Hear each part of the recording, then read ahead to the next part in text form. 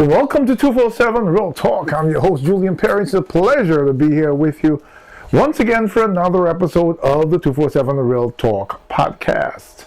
I hope again, I always ask you if you've had a great week, and I hope you did. We are coming to the end of summer. I've had this conversation several times with my wife where scientists have proven, I agree, that however the revolutions of the earth are going, it's spinning faster and 24 hours in a day. We're used to 24 hours and we measure by the clock, and the clock is measured by the movement of the earth, and it's actually spinning faster. The days are shorter, time is faster. And if you stay still for a moment and recognize that we just started talking about coming out of the cool and all the plans for the summer, and this weekend here in the United States is Labor Day weekend and the unofficial end to summer, and to me it feels like summer just started. I know that I have knees that I can't pull a wagon on the beach or whatever, but it's hard to believe that this summer I did not go to the beach one time. I don't think that's ever happened, or it hasn't happened probably any summer for the last couple of decades. But summer just seemed to slip by. I guess my mind was preoccupied with rehabbing and looking towards the second surgery, which happens the first week in October. And so for that reason, and along with all my other YouTube channels, I'm trying to move things forwards and taking some risks. And then, as you guys know, dealing with these unimaginable sort of bordering inhumane environment at work. It seems like my mind has been so preoccupied, the weeks have just gone by. So here we are. Next time we have an episode after this week. We will be in September, and we will be at the unofficial end of summer. Schools will be open. Halloween will be around the corner. And we already see everywhere we go, there's Christmas being celebrated everywhere we go. So, I'm still learning to use this board and work at the same time and record at the same time. So, as quick as it is, that's it. I hope you took every advantage of the summer. I always feel that that I leave summer and leave something behind that I should have done and didn't do. It's always that way. No matter if I had an amazing summer. I haven't been on vacation for a long time, and my knees have sort of inhibited that kind of vacation. I did go out of state a few times this summer to Pennsylvania, like 3 or 4 times for my daughter's soccer tournaments, and they were nice little, my wife turned them into family getaways for 3-4 days at a time, and we had some midweek homeschooling getaways to Pennsylvania. I think I told you about Mount Airy Lodge and the warning never to go back there with the bed bugs and the horrible staff. But anyway, we're at the end of summer, and again, for those of you who love the winter, well, good for you. Me, I like the fall. I don't mind the summer. I like the spring. I hate the winter. But anyway, we're going to get right into this episode. Thanks again to all my supporters, old and new. And when I come back, I'll tell you what I'm going to talk about tonight.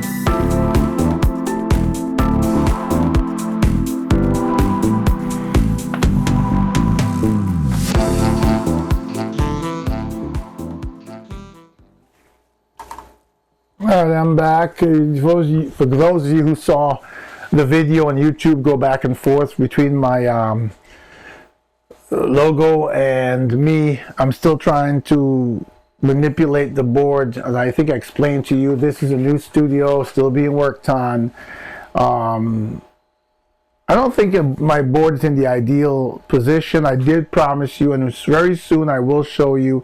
I may even do a split screen recording and see if you like that, where half of the screen is me in podcasting, and half of the screen is the control board and everything that's going on. Sometimes people like to see that engineering part of it, and I may do that because when I was in the old studio space, the board was right in front of me below the camera, so I could just look down and manipulate it. This is off to my side because I chose that for a better layout in this new space in terms of movement and moving around. Anyway, let's get into the episode. So this week is, again, I am basing my conversation on something I received from my pastor again, what a wonderful man. Shout out to Pastor Patrick O'Connor from First Presbyterian Church in Jamaica, New York. And he sends out inspirational messages and prayers to probably every member every morning, Monday through Saturday. The man is amazing. But here's what today's message says that caught my eye. This is Wednesday, by the way. It's Wednesday, August 27th, right? I managed to keep it to Wednesday this week. You know, I usually record on Wednesdays, but many times I end up on Thursdays because of one thing or the other. But I kept it to Wednesday. So let's get into it. It says, you have to take risks. We will only understand the miracle of life fully when we allow the unexpected to happen. And it's, let me give credit to the author, Paulo, P-A-U-L-O, Coelho, C-O-E-L-H-O. That's the author. Again, I'll repeat it before we start talking about it. You have to take risks. We will only understand the miracle of life fully when we allow the unexpected to happen. I think it's relevant to me and relevant to lots of us in today's world. And I always use myself as an example because I always want to make sure that I'm true and vulnerable to my audience and the conversations that we have. I have many ideas in this head of mine that I think not only can be successful, I think at times I've seen other people have success with. But some of the ideas would involve a risk that will put me in a position of vulnerability. I've often talked about friends of mine and people I know who take risks. You heard me talk about this before. They take risk after risk after risk. They do the most unimaginable thing. They do the things that all of my calculations in my head says they shouldn't, and I'm 100% sure that it won't work, or something will go wrong, or the struggle will be greater than they are, and they land on their feet, and before I know it, they're bigger and better than they were before, and I look at them and I said, but this could have happened, and that could have happened, and you could have found yourself in this way, you could have found yourself in that way, and they said, well, I don't know, I just did it. And you know, I don't like to envy people, but sometimes I envy that characteristic that doesn't reside within me. I am very, very calculating, probably so much so calculating to my own detriment. And again, it says, and I'll pick it back up on the side because I need to see it. You have to take risks. We will only understand the miracle of life fully when we allow the unexpected to happen. So let's use me again as to where I am, and maybe it'll help you in your choices and taking chances. Here I've talked to you about this really horrible environment at work that's pushed me beyond my limits. Sometimes I feel that I won't survive the next week or two because I literally start to get tight in my chest and pains in my heart. It is so stressful and so horrible.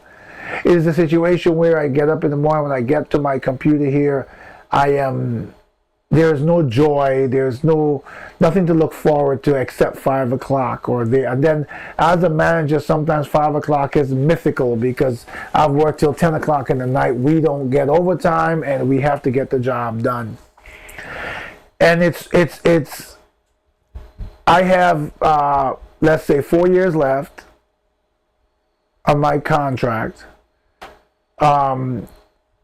If I retire prior to, I get a penalty for each year, and the penalty goes up. I think the first year short of is 2% loss, The second year is 8%. The third year is 16%. So I'm in a position where 4 years out, I'm probably at like over 20% of my pension loss. That's a ton of money per month. And people have said to me, well, you are in a precarious position. We understand it because you need to balance your health.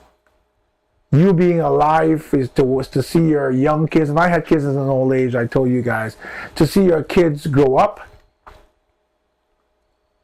or to chase the end of your contract for the best monetary outcome that will leave you comfortable. You won't have to worry about your mortgage or paying anything. Your pension will cover everything. However, will you be around to get it? In my environment, it's very notorious that people leave, make it to the end of their contract, leave, and then 3 weeks later you hear they expired, they passed on. It's not uncommon, it's actually too common.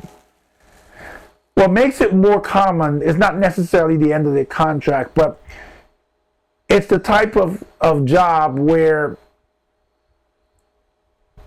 you get sort of renewals. So and your pension is based on your best 3 years. Years ago, I think it used to be your last 3 years, but now it's your best 3 years. And there's always a promise of more, no matter where you are in the financial hierarchy. If you stay long enough, if you stay another 3 years, you will get a bigger pension because there's always that increase. And the higher your salary is, if you just make it an easy analogy, if you're making $10 a year and you get a 10% raise, right? It's quite different from if you're making $200,000 a year and you get a 10% raise, right? Because one is $20,000, right? So if you're making $200,000 a year and you say, wait a minute, it's my best 3 years. So if I get to the point where I collect the raise and then I work another year, the last year they factor into my retirement will be at $20,000 higher, which works out to quite a bit of money in your pension. But what has happened is people have chased that into their 70s. I know one guy many years ago when maybe, I don't know, that's a good while ago, probably 20 years ago. He was like 83 and still on the job. And then one day he didn't show up for work. So he died working. I know of another guy that was probably about 70 and he lasted 3 weeks. So there is a sweet spot where you need to leave. But I say all this to say, I have ideas that I believe, just like anything else in my life, if I put myself behind, I can be successful at. Some of those ideas will need my full attention, which means that one of my risk options is to retire now, take the very big loss per month. When I say very big, I don't want to give numbers in this forum, but it's large. And pursue something that does not have a pension at the end of the day, or I could make enough money to last the rest of my life, so that what I lose in my pension now won't matter. I would still get whatever my pension is now, plus I would get health insurance. My own comes with health insurance when I retire. And that's one possibility. Then there's the other part of my mind that says, well, you've been doing this job for 34 years. You can't quit now. You've earned the right to make it to the end of the road. That part seems quite logical, right? But I wonder sometimes, is it logic or is it fear? Am I rationalizing what can be seen as reasonably logic because I'm afraid that if I retire now and I fall short of my financial obligations, the unknown out there is too great, or I am too afraid to take that risk? And this is something I pray about, because I'm someone who would take a risk if I get this overwhelming sense from my Creator to do it.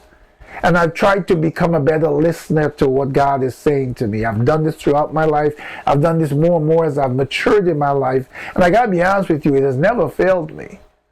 But I've gone through this process every time where is it Is what I'm hearing what I want to hear, or am I truly listening correctly and hearing what my Creator is saying to me? And there's a huge difference between the two. And the fear lies between the two, that if I am not truly in tune with what I talked about in my last episode last week, the rhythm of God, then I'll make the wrong choice. But then there are people who are, whether you want to say they have that level of, some people have that level of faith, but they also have, along with a personality that is so even-keeled that they just have that confidence level that no matter what, they'll land on their feet. There's a guy that a friend of mine, Sal, had me listen to. I forgot his name now, and I don't want to say his name because I would say it incorrectly, but he's one of those people who talk about life and success. And he had me reading about, and this guy's listening to his works.